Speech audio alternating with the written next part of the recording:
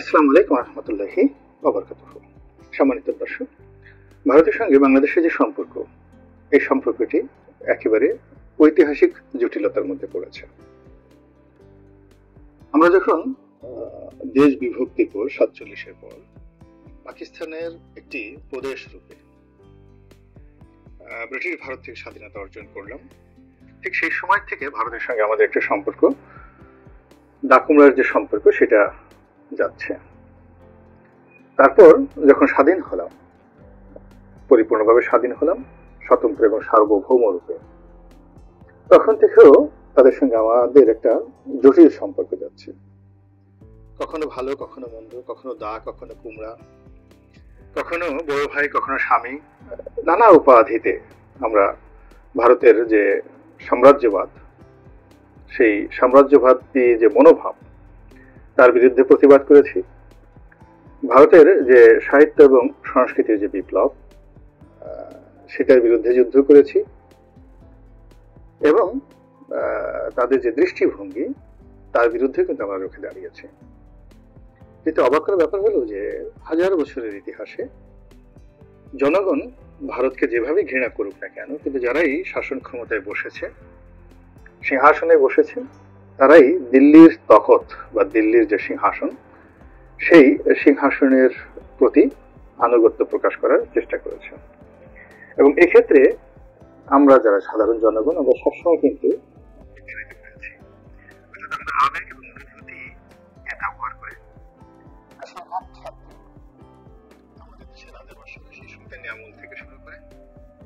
সবসময় কিন্তু তারা মসনদে বসেছে। আর মসনদে বসে প্রথম যে কাজটি করেছে সেটি হলো আমাদের যে কষ্টার্জিত শ্রম এবং শ্রমের ফসল, এই সবই স্বর্ণ মুদ্রায় রূপান্তরিত করে তারা দিল্লির কোষাগারে জমা দিয়েছে। সেটা ফখরুদ্দিন মোবারক শাহের আমল বলুন, গিয়াসউদ্দিন আজম শাহের জমানা বলুন, মুর্শিদ কুলি খান কিংবা নবাব সিরাজউদ্দৌলা, সব জমানাতেই এই বাংলার অর্থ দিল্লিতে গিয়েছে। এবং আমাদের যে স্বাধীনতা এবং সার্বভৌমত্ব, এটি দিল্লির দয়া দাক্ষিণ্যতার উপর যেভাবে নির্ভর করেছে, এবং দিল্লির দুর্বলতা এবং উদাসীনতার উপরও অনেক সময় নির্ভর করেছে। মুর্শিদ কুলি খান, শায়েস্তা খান, আলিবর্দী খান এবং সিরাজউদ্দৌলা, সিরাজউদ্দৌলার পর বলতে গেলে মীর জাফর, মীর জাফরের পর মীর কাসিম, আবার মীর জাফর, এবং সেই মীর জাফরের পর লর্ড ক্লাইভ সরাসরি শাসন ক্ষমতা নিয়ে নিলেন। তো যখন সেই একদম ব্রিটিশদের অধীনে আমরা চলে গেলাম, তখন একটা ভিন্ন ইতিহাস তৈরি হলো। তার আগে এই যে আমরা বললাম যে একেবারে নবাব সিরাজউদ্দৌলা সময় থেকে সময়কাল পর্যন্ত আমরা আসলে ভোলে ভালে হয়ে দিল্লির দাসত্বই সবসময় আমরা মেনে নিয়েছি। তো এই যে হাজার বছরের যে দিল্লির দাসত্ব, সেই দাসত্বের মধ্যে এবং দিল্লির সঙ্গে বাংলাদেশের যে সম্পর্ক, সেই সম্পর্কের মধ্যে এই আগস্ট মাসের 5 তারিখ থেকে এখন পর্যন্ত যে সময়টি, এটি খুবই জটিল, কুটিল, ইংরেজিতে যেটিকে বলা হয় ক্রুশিয়াল, নিষ্ঠুরতম একটি সময়। এবং আপনারা জানেন যে জটিল, কুটিল এবং নিষ্ঠুর সময়ের অনেক পার্থক্য আছে। জটিল এবং কুটিল সময়ের যে পরিণতি, সেই পরিণতিটা অনেক সময় ভালো হয়, কখনো মন্দ হয়, কিন্তু নিষ্ঠুর যে সময়, সেই নিষ্ঠুর সময়ের পরিণতিটা সবসময় রক্তাক্ত হয়। শেখ হাসিনা আমাদের জীবনটিকে নিষ্ঠুর করে দিয়েছিলেন, সময়টিকে নিষ্ঠুর করে দিয়েছিলেন।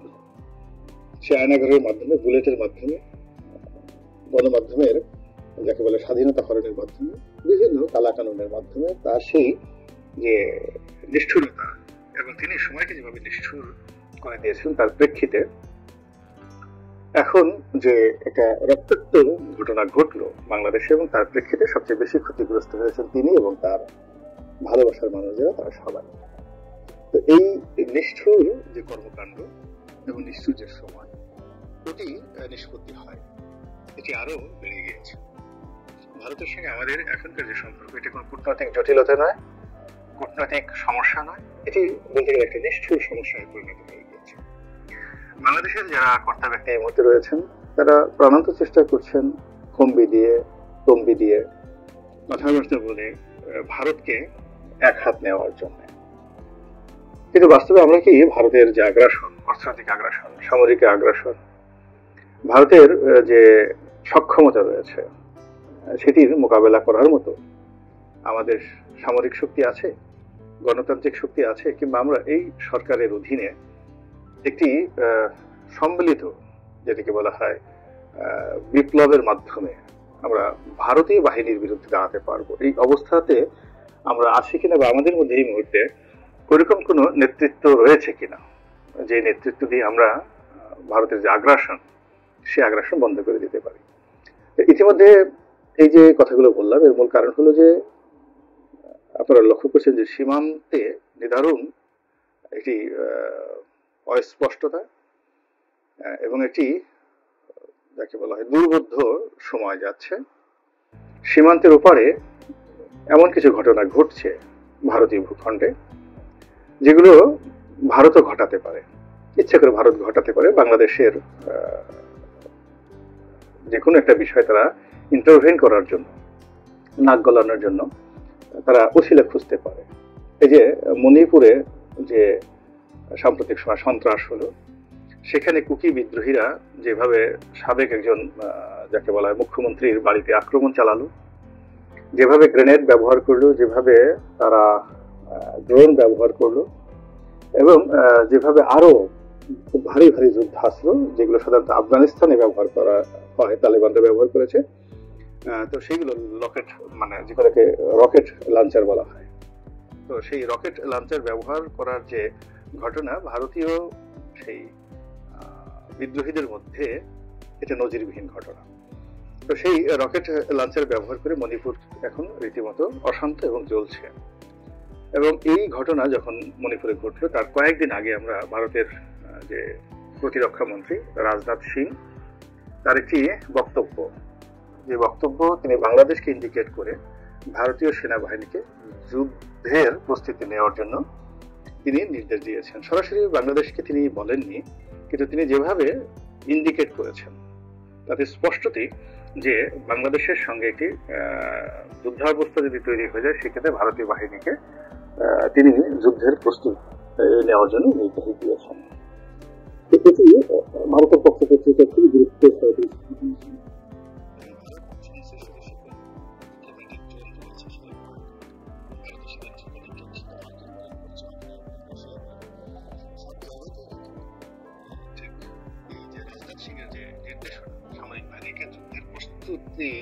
মূলক নির্দেশনা প্রস্তুত হবে।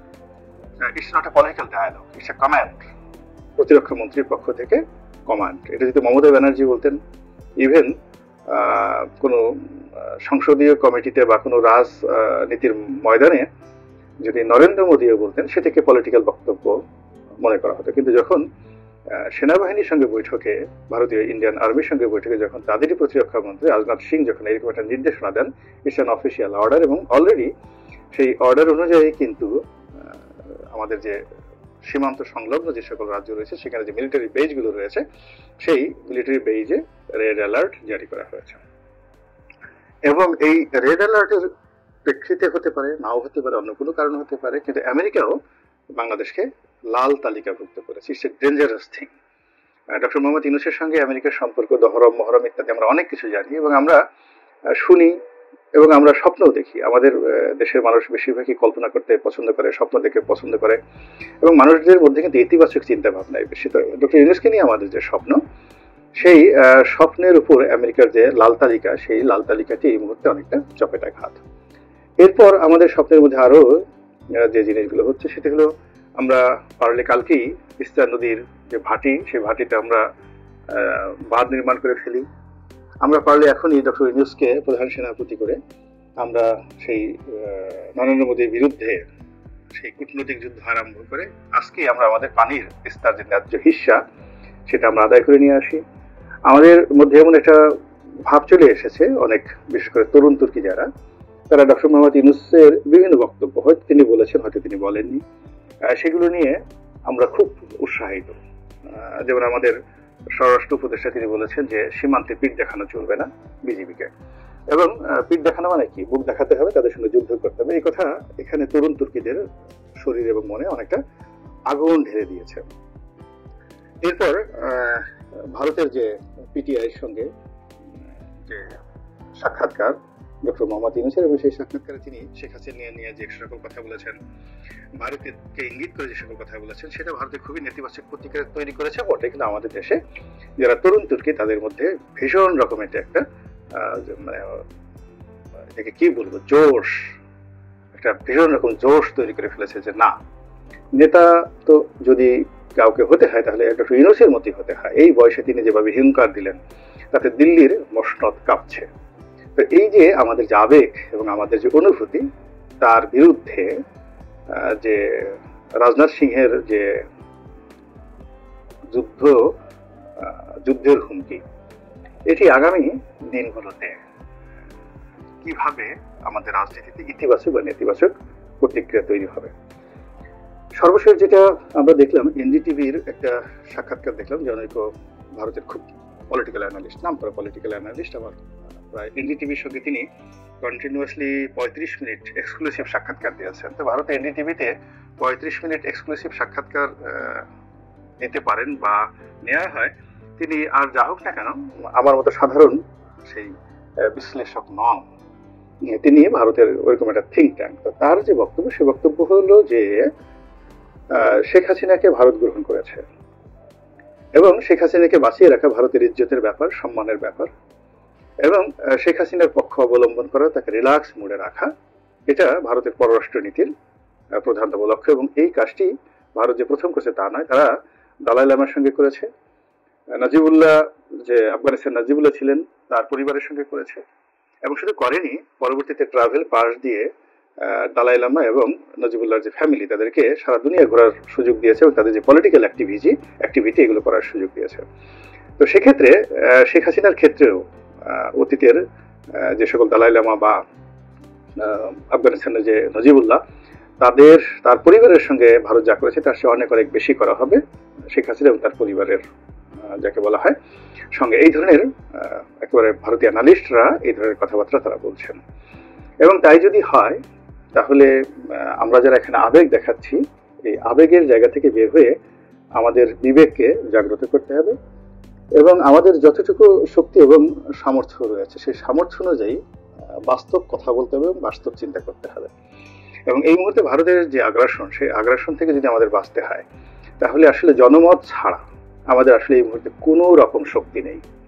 একমাত্র জনগণ যদি হাতে লাঠি তুলে নেয় ভারতের বিরুদ্ধে এবং রাস্তায় নেমে আসে, কেবলমাত্র তখনই সম্ভব। কিন্তু ভারতের টিয়ার, গুলি কিংবা ভারতের বিমান বাহিনীর সেই বোমারু বিমান, এগুলোর কথা আমরা বাংলাদেশে বসে এই মুহূর্তে কল্পনাই করতে পারি না।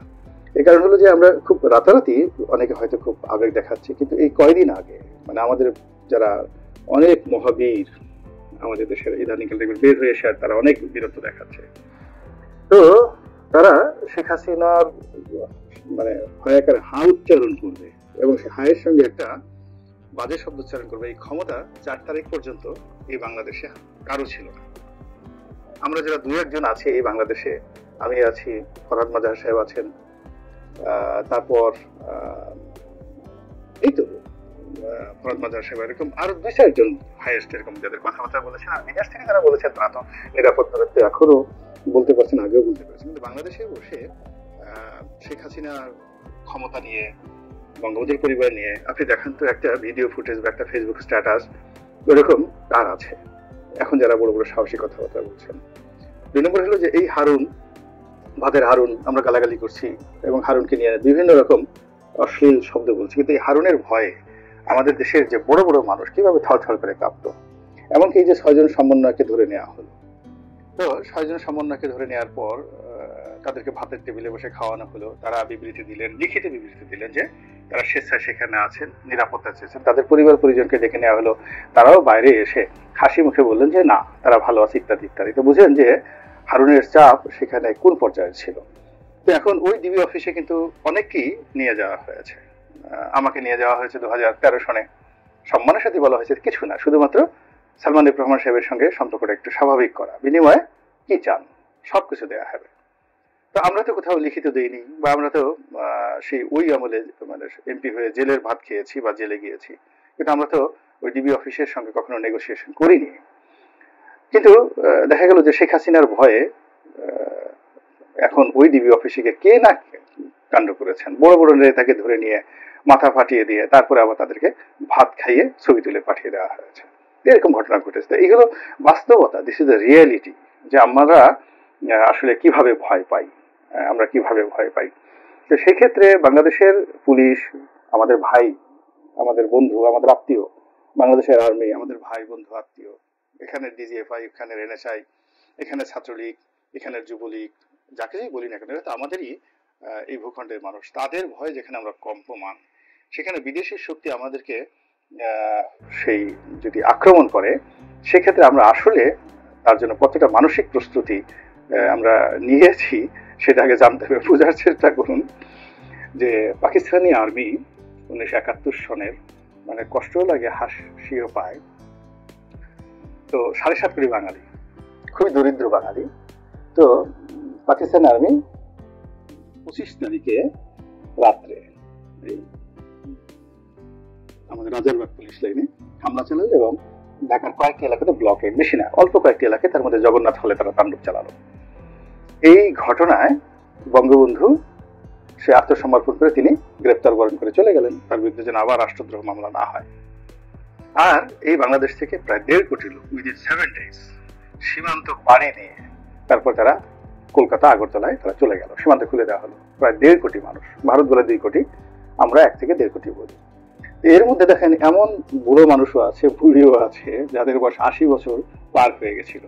আজকে দেখবেন যে লাঠি নিয়ে সে পালাচ্ছে, একজন এক বুড়ি এভাবে পালাচ্ছে, এটা নিয়ে অনেক দুষ্টামি হয় যে বুড়ি তুমি পালাচ্ছ কেন, বা আপনি পালাচ্ছেন কেন। তো রাজাকাররা তো সাধারণত আলবদ রাজাকার বা পাকিস্তানি আর্মি তো কোনো বুড়ো মানুষের কিছু বলে না, বা ওই যুবক যুবতীদেরকে সাধারণত তারা শ্লীলতা হানি করে, তা তুমি পালাচ্ছ কেন।